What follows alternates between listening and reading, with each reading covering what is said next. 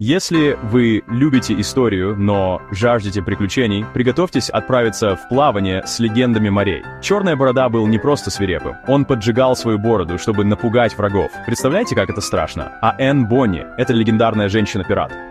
Сражалась лучше большинства мужчин и избежала казни, притворившись беременной.